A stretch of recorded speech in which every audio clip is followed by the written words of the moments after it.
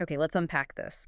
Have you ever been in a situation where something happens, maybe someone cuts you off in traffic, you get, I don't know, a harsh email, or a plan you had just completely falls apart, and you feel this immediate, intense surge of frustration, maybe anxiety, or even anger? Oh, absolutely. It feels like the event itself, right? The Yeah. external thing, it just caused that powerful emotion, doesn't it? Yeah. As if the situation just hit you and your reaction was unavoidable, almost automatic. It's such a common human experience, this feeling that our emotions are just dictated by the world outside us. Hmm. But what if?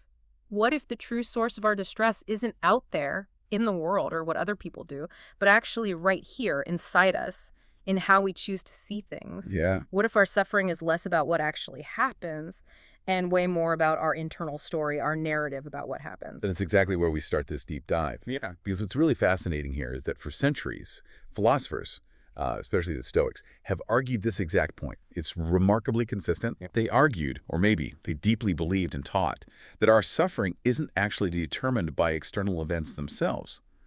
Not directly, but fundamentally by our judgments about those The events. judgments. Okay. And this whole deep dive today is about understanding that profound insight, which for many people is quite radical, actually. It really is. So our mission today is to explore these Stoic teachings on perception.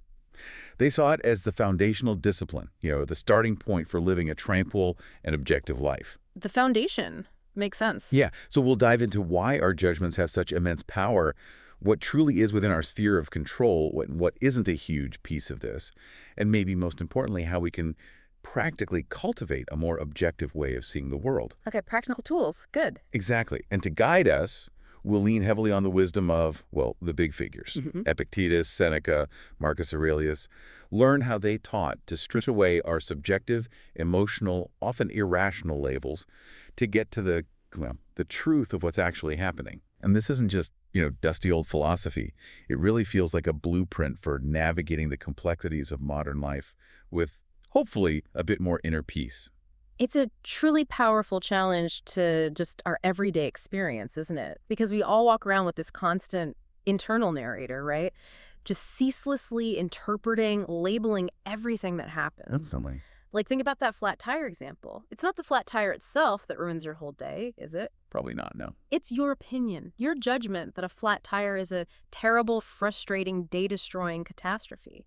That's what does it. Right. The story you tell yourself about it. Exactly. Or, that critical feedback at work. It's not the critique itself that makes you feel defeated. It's your belief that the criticism means you're failing, or that your competence is being fundamentally questioned. It hits your ego, your self-perception. Right. So if this internal monologue, this constant stream of judgment, holds such sway over our emotional states, what are the implications for how we live, for our well-being, our sense of peace? Well, this raises a profoundly important question, and it really is the core of this Stoic insight into perception. If our internal narrative, our judgment, truly holds this immense power, then our focus has to shift dramatically. How so? It shifts from trying to control the uncontrollable external world, which is, let's face it, exhausting and often futile, Tell me about it. to mastering our inner world, our interpretations, our responses. Epictetus, the former slave turned incredibly influential Stoic teacher, he goes as far as to say in our sources that we have complete control over our opinions. Complete control. That sounds ambitious. It does, but he qualifies it, especially when it comes to our fundamental goals and values, Yeah. what we choose to aim for. And he argues pretty forcefully that if we feel harmed by, say, an insult, it's not the insult itself that wounds us. Okay. It's our mind's complicity in that provocation, our agreement that, yes, this is harmful. You're not just a passive recipient. Your judgment is an active participant, a decisive one even. Wow. Okay. Complicity. That's a strong word. It puts the responsibility squarely back on us. It absolutely does. And it's a radical shift in perspective for many people. It invites us to really examine where we're putting our energy, what we're letting affect us. And Marcus Aurelius, the emperor philosopher, he echoes this perfectly in his meditations. He says something like, if you are grieved about anything external, 'tis not the thing itself that afflicts you, but your judgment about it. Okay.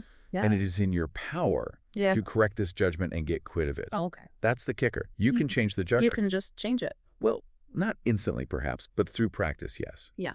The profound insight here is that true freedom isn't found in controlling the external world, but in fiercely guarding this internal domain, your judgments, your responses. Okay. So whenever you feel that frustration, that sting, the Stoic move is to ask yourself, wait, is this about the external event itself?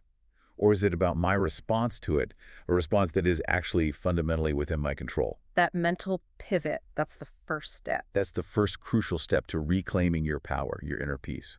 And what's so tricky, I find, is that our immediate reactions often feel so direct, so automatic, like an unthinking reflex. Completely. Someone cuts you off, boom, anger, you hear bad news, bam, sadness.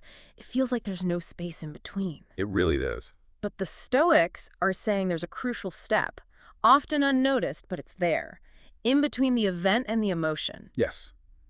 Like a split second. A micro moment where we assign meaning, where we make that judgment before the emotion grabs hold and becomes this, like, torrent. Absolutely. And the profound work of philosophy, in this specific context, is precisely to become keenly aware of that step, that interpretive moment, and to learn how to intervene in it. Intervene. By examining the judgment itself.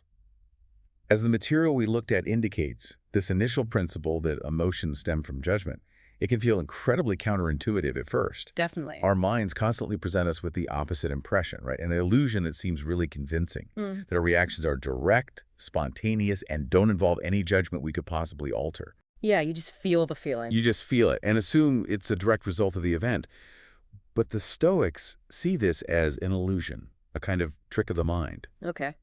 But with consistent training, with practice, this awareness of the gap between an event and your interpretation of it, it becomes profoundly convincing. You start to see it. You start to catch yourself in that gap. Exactly. You realize you possess agency in that interpretation, even if it feels totally automatic right now.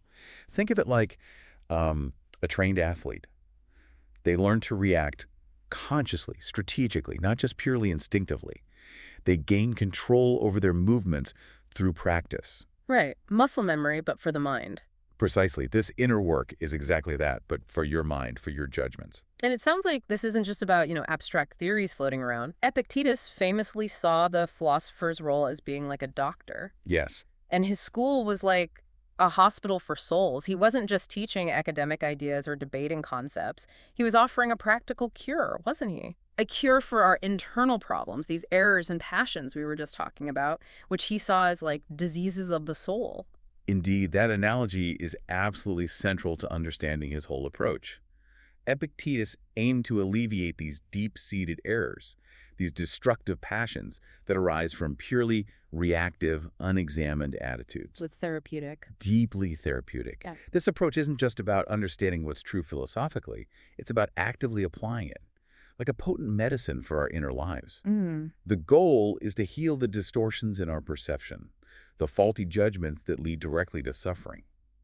And by doing that, transforming our responses to be more rational, more aligned with nature, and ultimately much more peaceful. So it's a whole way of life, really. It's a holistic approach, exactly. Philosophy isn't just a subject you study, it's a way of life designed to foster mental and emotional well-being. He was literally prescribing practical exercises for the mind, just like a doctor prescribes medicine or physical therapy for the body. Okay, so if our judgments, our opinions are within our control, what else truly belongs to us? What's genuinely ours? And what can nobody take away? What's in our sphere of influence and what's outside? This seems like the absolute bedrock, the foundation of Stoic practice. It absolutely is. Yeah. It's probably the most famous Stoic idea, the dichotomy of control. And Epictetus is remarkably clear, almost uncompromising on this distinction. Okay. He teaches that the will, or volition, the Greek term he uses, is prohairesis. Prohairesis. Yeah, prohairesis, exactly. That faculty is entirely ours. Our will, our volition, what does that encompass? It encompasses our opinions, definitely, our values, what we choose to prioritize, our intentions behind our actions, and our fundamental capacity for judgment and rational choice itself. Okay. It's the faculty by which we choose how to respond to impressions, how to interpret events, and ultimately, what kind of person we decide to be. So our inner world, essentially? Our core inner world, yes. Yeah. As William Irvine, who wrote a great modern book on Stoicism, points out, we have complete control over our values. Like whether we prioritize fame and fortune or maybe tranquility and personal integrity, those choices, utterly within our power. Right. No one can force you to value money over honesty, for example. Exactly. Only you can choose that. Everything else, though our physical body, our possessions, our reputation, our health, other people's opinions, all external events, that stuff isn't truly ours in the same deep way. Hmm. And so it's not fully in our power. The Stoics call these things indifference. Indifference, meaning we don't care about them. Not quite don't care. It means they're morally neutral, neither inherently good nor inherently bad in themselves. They simply exist outside our direct internal control. Ah, okay. So health is preferable, but not inherently good in a moral sense. Exactly. It's preferred, but your virtue doesn't depend on it. No one can compel you to abandon your integrity or your sense of shame about doing wrong. Only you can choose to do that. This, for Epictetus, is the absolute essence of what he calls what is your own free from hindrance and free from impediment, and what is not your own subject to hindrance and impediment. Okay, that's a mouthful, but I think I get it. He's saying that by ruthlessly limiting the scope of what we identify as truly ours, just our volition, paradoxically, Hmm. we gain true and unassailable control over everything that actually matters for our inner well-being. It's like shrinking your circle of concern to only what you can actually influence. Precisely. It's a radical act of self-definition and focusing your energy. That's a huge claim, though. That we have control over everything that truly matters. It feels incredibly liberating on one hand, but also kind of daunting. How do we even begin to train ourselves to live that way? To consistently distinguish between what's inside our prohairesis and what's just an indifferent... Yeah, it is daunting. Hmm. Epictetus understood this challenge, absolutely. Yeah. And he provided a highly practical framework, like an actual curriculum for living. He outlined what he called the 3 fields of study, or sometimes called the 3 disciplines. A curriculum for life. Okay, pretty much. The first one, and he called it the most authoritative, the most fundamental, focuses on training our desires and aversions. Desires and aversions. So wanting things and not wanting things. Exactly. But the training isn't about eliminating desire altogether. It's about actively working to limit what we desire and what we try to avoid, only to those things we can actually will or control. So only desire or avoid things within our volition. Precisely. For example, instead of desiring a promotion, which is an external indifferent, depends on others, Right. you desire to work diligently and virtuously. That's an internal action, fully within your control. Okay, shift the focus inward. Exactly. Or instead of fearing public speaking, an external event, you focus on avoiding giving in to the judgment that public speaking is inherently terrifying or disastrous. Ah, control the judgment about it. Right. Mastering this first field, the discipline of desire and aversion, he saw as the absolute prerequisite for emotional health and for any real progress in the other 2 fields. Why the prerequisite? Because without it, our emotional turbulence, our constant chasing of externals and fleeing from them, would just prevent any real stability needed for the other work. You can't act well or think clearly if you're constantly upset about things outside your control. Makes sense. So it's about recalibrating our emotional compass, pointing it only at what we can actually steer. What are the other 2 fields then? The second field deals with impulses and actions in daily life, basically guiding us to act virtuously, effectively, appropriately within our various roles as family members, citizens, colleagues, whatever. So how we behave? Yeah, how we act in the world. This involves examining our intentions, making sure our actions are consistent with reason and our chosen values, rather than being driven by unchecked desires or aversions. Can you give an example? Sure, like if you have a duty to help a colleague, the second discipline ensures you act on that impulse with kindness and competence, regardless of whether you feel like it in the moment, because it aligns with your internal value of helpfulness or justice. Okay. Acting on principle, not just feeling. Exactly. And the third field is about maintaining firm assent to what is true and avoiding error in our judgments, essentially sharpening our internal logic and critical thinking. So thinking clearly. Thinking clearly and accurately. Being rigorous in how we assess impressions, challenging our assumptions, making sure our beliefs are based on reason, not just emotion or superficial appearances. So if someone criticizes you... Right. The third discipline prompts you to pause and objectively ask, okay, hold on, is this critique actually true? Is there logic to it? Or is it just an opinion, maybe born of their own issues, that I'm allowing to disturb my inner peace? Protects you from false beliefs. Exactly. Yeah. It protects us from falling for irrational beliefs and being swayed by false impressions. All 3 disciplines are interconnected, obviously. But Epictetus was really insistent. Without mastering the first one, desire and aversion, the others would just falter. You need that emotional stability first. So By consistently focusing our desires, our aversions, our actions on what's truly within our power, our judgments, our values, our volition, we can achieve theoretically true freedom and inner calm instead of being constantly tossed about like a, ship in a storm. Precisely. That's the promise. And it sounds like this isn't a selfish pursuit either. It's not just about my peace. No, absolutely not. Epictetus argued that self-concern, in this sense, and achieving tranquility, far from being selfish or isolating, Mm. are actually the essential condition for acting well in every social role. How so? Well, think about it.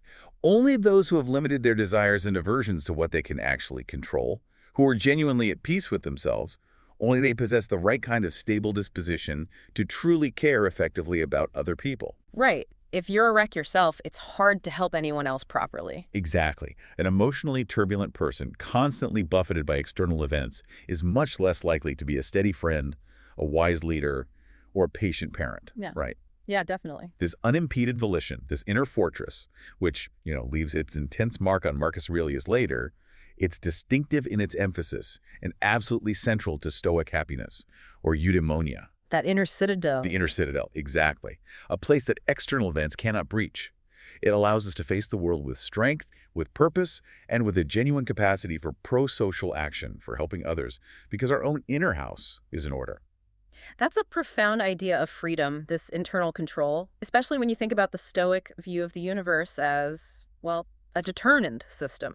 Fate, causality. How do you square that circle? Having complete internal freedom in a world where everything is fated, it feels like a bit of a contradiction. It does seem like one on the surface, yeah. Hmm. It's a sophisticated nuance in Stoic thought, and it was particularly articulated by Chrysippus, who was an earlier, really important Stoic philosopher. He held a position we now call soft determinism. Soft determinism, okay. He believed, yes, all things happen by fate through pre-established causes. There's a causal chain for every event in the universe. Nothing is truly random in the grand cosmic sense. Right, everything's linked. Everything's linked.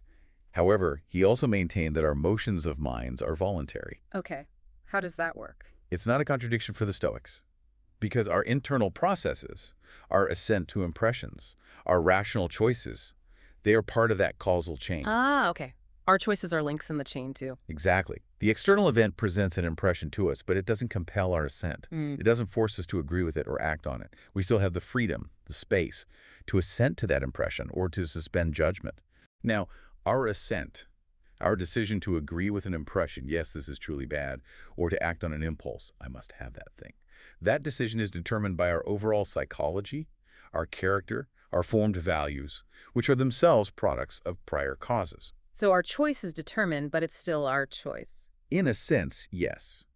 While the universe is causally determined, our internal faculty of judgment and choice remains free in the sense that it is the mechanism through which that determination plays out for us as conscious, rational beings.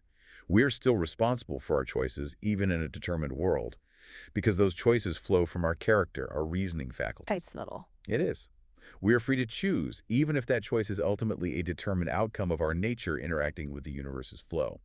The key is recognizing that internal freedom of judgment is inviolable, even if the external world isn't in our direct control.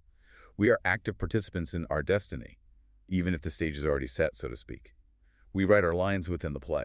If we can exert this kind of internal control over our judgments, then a key practice must be learning to see the world as it truly is, right? Stripping away our subjective interpretations. How did the Stoics approach this, especially given their view of nature and the cosmos? This brings us to a really crucial aspect of Stoic perception, their understanding of the universe itself. The Stoics viewed nature, the cosmos, as an artistic fire going on its way to create. That's a quote. An artistic fire. Interesting image. Isn't it? And they believed it was informed by universal reason, which they called logos. Logos, reason, order. Exactly. From this perspective, all events, everything that happens, occurs in accordance with a rational, natural order. For them, God wasn't some separate transcendent deity pulling strings from outside. Right. Rather, God is synonymous with this rational perfection within nature, immanent in nature itself. It is the structuring principle of the entire universe. Epictetus described God and rational perfection as being identified. He said something like, the Stoic God is nature, extending through everything. So God is the rational order of the universe. Pretty much. This understanding means that the world is inherently rational orderly, and purposeful, even when things appear chaotic, unfair, or random to our limited human perspective. That's a profoundly reassuring worldview, actually. It can be. It suggests that nothing truly bad can happen in a cosmic sense, only things that are part of the natural, rational order. Okay, so if we adopt this perspective, if we try to see the world as inherently rational and ordered, even when challenging things happen, how does that fundamentally change our personal relationship with those events? Does it just mean resigning ourselves to fate, like, oh, well, guess this was meant to be? It's far from passive resignation. It's more like active, reasoned acceptance. It means deeply understanding and internalizing that nothing can befall a man which is not a natural incident of mankind. Meaning it's part of the human package deal. Exactly. Whatever you're experiencing, loss, illness, disappointment, someone else has experienced it or will. It's part of the human condition, part of nature's overall flow. Marcus Aurelius, in his Meditations, he explicitly instructs us to remember that the things themselves reach not to the soul. They don't touch our core. No.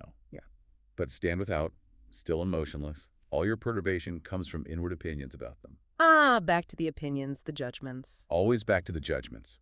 This detachment from external events, by recognizing their natural place in the grand scheme, is absolutely key. Your distress doesn't come from the event's inherent quality, but from your resistance to its naturalness, your judgment that it shouldn't be happening. Like getting angry that it's raining. Precisely. The rational order of the universe dictates that sometimes it will rain. Our suffering comes from resisting this natural flow, not from the rain itself. When a tree sheds its leaves in autumn, we don't grieve, we accept it as part of nature's cycle. The Stoics invite us to extend that same reasoned acceptance to all events, understanding their place in the grand logos. This sounds incredibly similar to the famous serenity prayer, you know? Grant me the serenity to accept the things I cannot change. Courage to change the things I can. Then wisdom to know the difference. It's almost a perfect distillation of this Stoic idea. It really is a direct echo. Marcus Aurelius encourages us to accept what happens and act in response as best we can. And interestingly, he says this applies regardless of whether nature is actually a providential, purposeful system or just a random swirl of atoms. Oh, so the practical advice is the same either way. His practical conclusion was yes. For our lived experience, how we should respond, the underlying physics doesn't fundamentally change the need for acceptance and virtuous action. The key is finding peace through acceptance of what is. Okay. Seneca, another giant of Stoicism, similarly advises us to stop worrying so much about what others think. He emphasizes protecting our valuable time over our money or possessions. Why time specifically? Right. Because our time is truly ours, in the sense that it's the medium of our life and it's finite. He found it absurd that someone might be so protective of their money, and yet so freely give away their far more valuable time to things outside their control, like chasing others' approval or getting lost in distractions. Giving away our time. Yeah. He also highlights that everything we have and love, our children, our possessions, even our own lives, is essentially on loan from nature, and it will eventually be returned. That's a stark thought, on loan. It is, but it fosters detachment. Death, for Epictetus following this logic, is not terrible in itself. Our judgment about it is the mistake. He'd say very pragmatically that if death were something truly terrible, then wise people like Socrates wouldn't have faced it with such equanimity. Their calmness suggests our fear is based on a wrong judgment. Exactly. We're mistaking a natural event, an indifferent, for something inherently evil. And, to really drive home this idea of objective perception, Marcus Aurelius used a surprisingly mundane, almost unpleasant example from daily life. Oh, yeah. What was it? He talked about taking a bath. A bath. How is that philosophical? Well, he noted that bathing involves oil, sweat, filth, all base and loathsome. Okay. Not exactly spa advertising copy. Right. But he wasn't just being a grump or complaining about hygiene. He was making a specific point.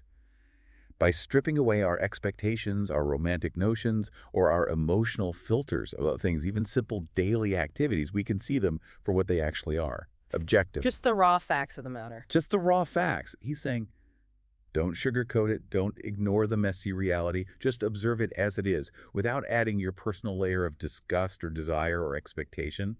See the bath for what it is.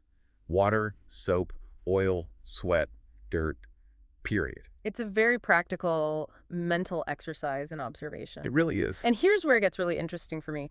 He's inviting us to look at the mundane, even the unpleasant parts of life, with this detached, almost scientific eye.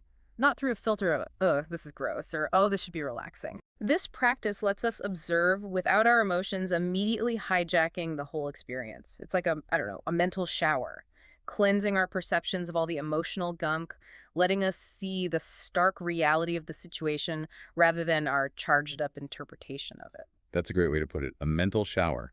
And this practice can be applied to everything, right? From a noisy neighbor to a frustrating meeting at work. Just see the facts. Exactly. See the facts first before layering on the judgment. And that leads directly into the Stoic view of emotions themselves, which is often really misunderstood. Yeah, people think Stoics are emotionless. Right, the stereotype of the unfeeling robot. But for Stoics, emotions like intense anger, fear, or excessive delight aren't natural, unavoidable responses to external things. Instead, they see them as products of a specific kind of error. An error in judgment again. An error in judgment. Specifically, they arise from treating what the Stoics call preferable advantages, things like health, wealth, a good reputation as if they were absolute goods. Ah, mistaking the preferred for the essential good, which is virtue. Precisely. These intense emotional reactions are considered sicknesses or disturbances of the soul that actually need a cure through careful analysis and rigorous philosophical practice. It's not that they deny feeling, but they distinguish between healthy and unhealthy emotional responses based on judgment. So the Stoics aren't saying we should become unfeeling robots, totally devoid of all emotion, but rather we should aim to avoid the negative, destructive emotions that can really ruin a life. It's about cultivating a healthier emotional landscape through discernment, not just suppression. Is that the distinction? That's precisely the distinction. You've nailed it. The aim isn't to deny or repress emotions once they've already flared up, which, as modern psychology tells us, can be counterproductive, even harmful. Right, suppression isn't healthy. No.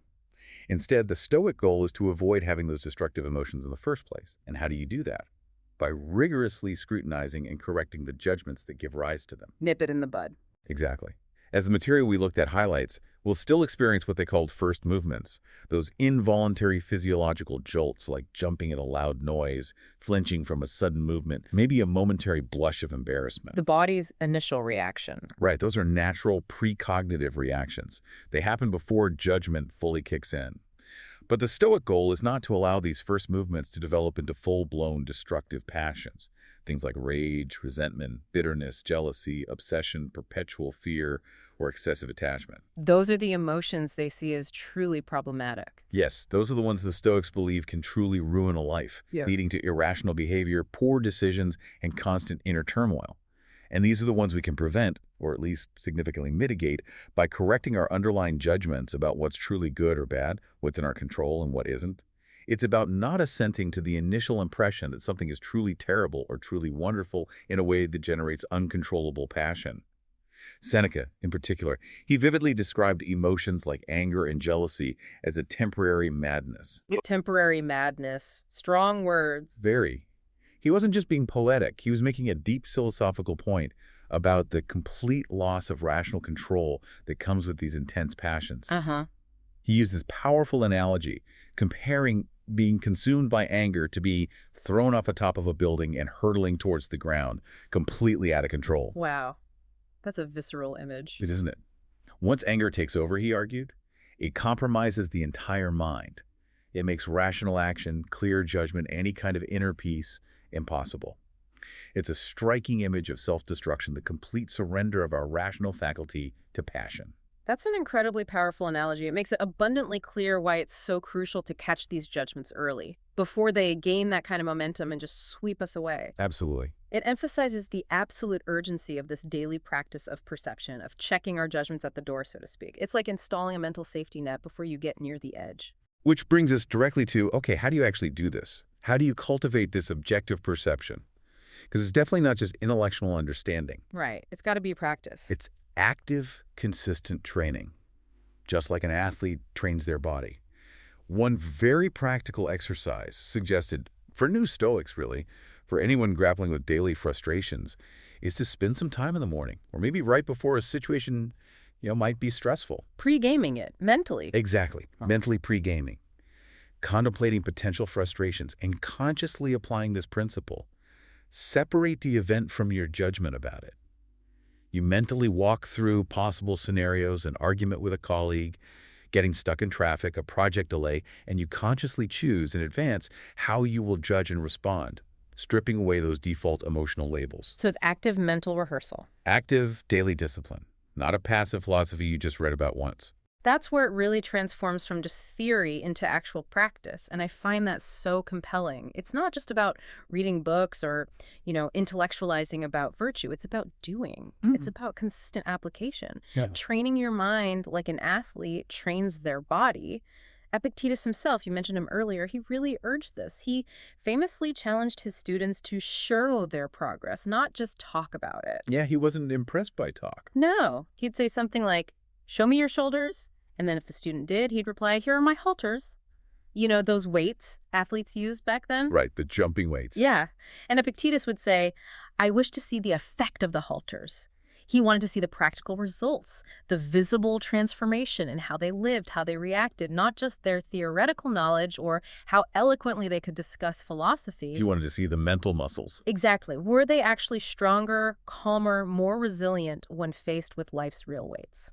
That was the test. And building on this practical, almost preventative approach, Seneca taught a really crucial lesson about managing our emotional landscape.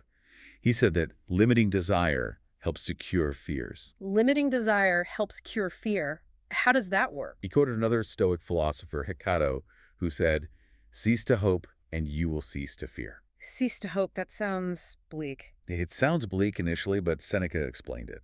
Hope and fear are deeply connected, almost two sides of the same coin, because they are both emotions activated by our imagination about the future. Ah, okay. Their future focus. Exactly. They keep our minds in suspense, as he put it, worried in anticipation of what might or might not come.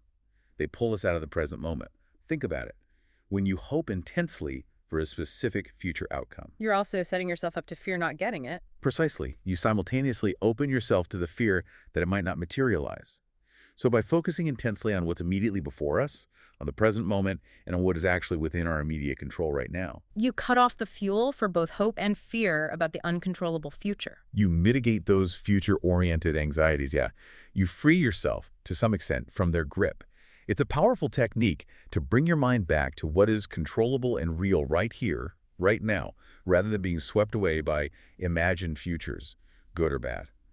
And this commitment to facing reality, to living in the present, it extends to how Stoics viewed adversity itself. Seneca, again, he viewed everlasting misfortune, constant hardship, as having one blessing. A blessing in misfortune. Okay. His point was, it ends up by toughening those whom it constantly afflicts. Ah, resilience building. Exactly. This isn't a call to, enjoy suffering or seek it out, but it is a call to recognize that adversity provides the essential training ground for our moral character. The workout for the soul. That's a great way to put it. He used analogies like a soldier's rigorous training or a wrestler's demanding match. These challenges build resilience, strength, technique. When misfortune strikes, it forces us to test our judgments, to apply our philosophy in real time. And in doing so, it makes our character more robust, more immune to external shocks. So it's an opportunity, not just a burden. An opportunity to forge our inner strength. Every setback becomes a chance to practice this discipline of perception, to ask that crucial question, okay, is this truly bad, or is it an indifferent that I'm mistakenly giving power to? It's true that so many of us are constantly seeking approval or validation from others, whether it's, likes on social media or praise at work. We also get so easily caught up in endless distractions, always chasing the next shiny object. How does this external focus, this constant outward gaze, affect our perception and ultimately our ability to live a tranquil life, according to these Stoic principles? Seneca had a very clear and actually quite cutting observation on this exact point.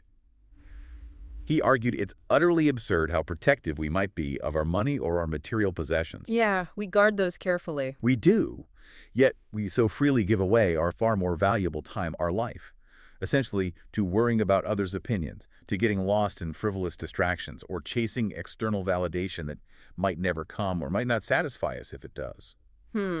Giving away our time again. Exactly. He noted very pointedly that living is the least important activity of the preoccupied man. Wow. Living is the least important activity. What did he mean by that? He meant that people who are constantly preoccupied with externals, what others think, trivial pursuits, anxieties about the future, they're so caught up in these things that they're effectively taken up with doing nothing truly meaningful or genuinely their own. They aren't living their own life from their own core They're values. reacting, not acting. Precisely. By consciously choosing to focus on our own judgments and values, rather than constantly looking outward for approval or getting lost in distractions, we reclaim our autonomy. We reclaim our attention, which are things that are truly ours and within our control. It's a profound shift from an external locus of control to an internal one. Absolutely. And, later thinkers, centuries later, like Montaigne and Schopenhauer, they observed the same thing. How many people reverse the natural order, caring more about what others think of them, their reflection in others' eyes, than about their own consciousness, their own inner life? Yeah. They make the secondary thing the primary thing. And create needless suffering for themselves in the process. Exactly. We're giving away our most precious resource, our present moment, our Yeah. capacity for judgment, to external whims and distractions. And, the very lineage of Stoic thought provides these powerful living examples of the philosophy and practice. Epictetus himself, as we mentioned, was a student of Musonius Rufus. He was another renowned Stoic philosopher, known for his incredible fortitude and contentment, despite facing really challenging circumstances himself, including exile. Musonius consistently argued that virtue isn't just theoretical knowledge you debate in lecture halls. It's practical. It's practical, it's lived, it requires rigorous training and application. And Epictetus, learning from him, often used that Socratic style of questioning, the elenchus. The questioning method. Yeah, to relentlessly challenge his students' assumptions, expose inconsistencies in their thinking. This wasn't about humiliating them. No. It was about helping them remove their conceit, their false beliefs, and develop a mind in accordance with nature, a truly well-educated mind that could discern truth from illusion, correct faulty judgments, and ultimately live with greater wisdom and peace. It was about sharpening their internal tools for seeing clearly. And Seneca's life, as you mentioned, wasn't just philosophical musings either. He experienced immense adversity firsthand. Exile, living under constant threat of execution from emperors like Caligula and Claudius, and then eventually being ordered to commit suicide by Nero. That's about as extreme as it gets. That's totally extreme. He wrote his essay on Providence relatively early in his life, but his philosophy was definitely tested, forged by his own hardships, by direct, brutal encounters with the very indifference he wrote about. Indeed. Those personal trials and the Roman historian Tacitus gives this incredibly vivid account of Seneca's dignified death. They provided the harrowing backdrop for his deep reflections on death, suffering, the nature of fortune. So his writings came from lived experience. Deeply lived experience. They aren't merely academic treatises. They demonstrate that his philosophy wasn't some ivory tower exercise.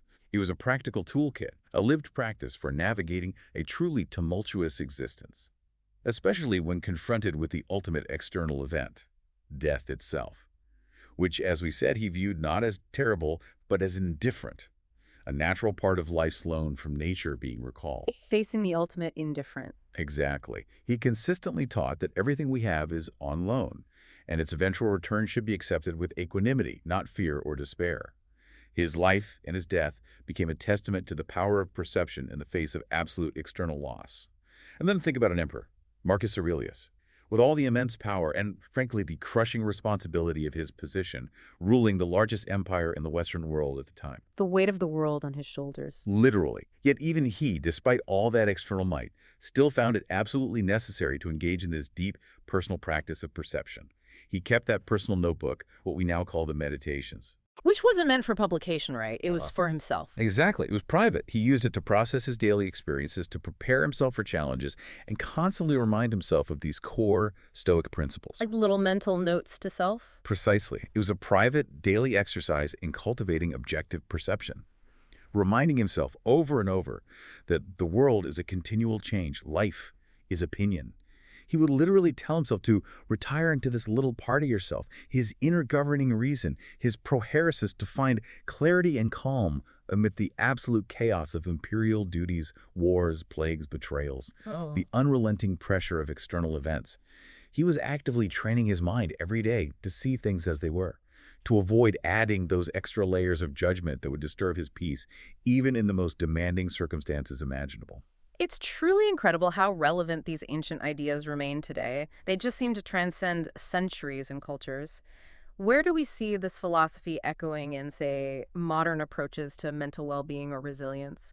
It feels like we're constantly rediscovering these truths in different forms. We absolutely are. The resonances are often really striking. For instance, the principles of cognitive behavioral therapy, CBT. Yeah, CVP is huge now. It is. And it shares a profound resemblance with these Stoic ideas, especially that central focus on how our thoughts, our cognitions, our judgments directly influence our emotions and our behaviors. Challenging negative thought patterns. Exactly.